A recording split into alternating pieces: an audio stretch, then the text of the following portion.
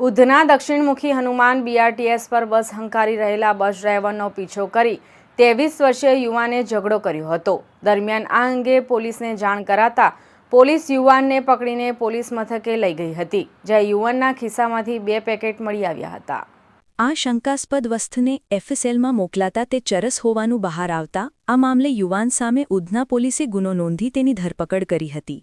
Udhna police મથકેથી મળતી વિગત અનુસાર લિંબાયત લાલ બિલ્ડિંગ પાસે પ્રતાપનગરમાં રહેતો નઈમુદ્દીન અમીનુદ્દીન શેખ ઉંમર 43 બીઆરટીએસ બસનો ડ્રાઈવર છે। નઈમુદ્દીન ગઈકાલે મોડી સાંજે ઉધના દક્ષિણામુખી હનુમાન મંદિર પાસેના બીઆરટીએસ રૂટથી બસ હંકારીને પસાર થઈ રહ્યા હતા ત્યારે એક બાઇક લઈને બસ પાછળ આવતા ઈશ્વર રામદાસ બેડસે રહે બિલ્ડિંગ નંબર 8 ઘર નંબર 12 કાશીનગર આવાસ ઉધના એ બસ ડ્રાઈવર સાથે તકરાર ઊભી કરી હતી।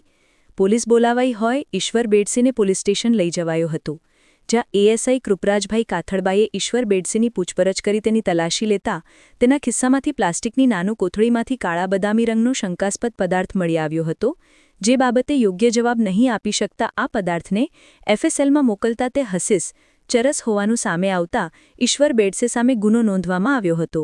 Bureau report LK star news, Surat.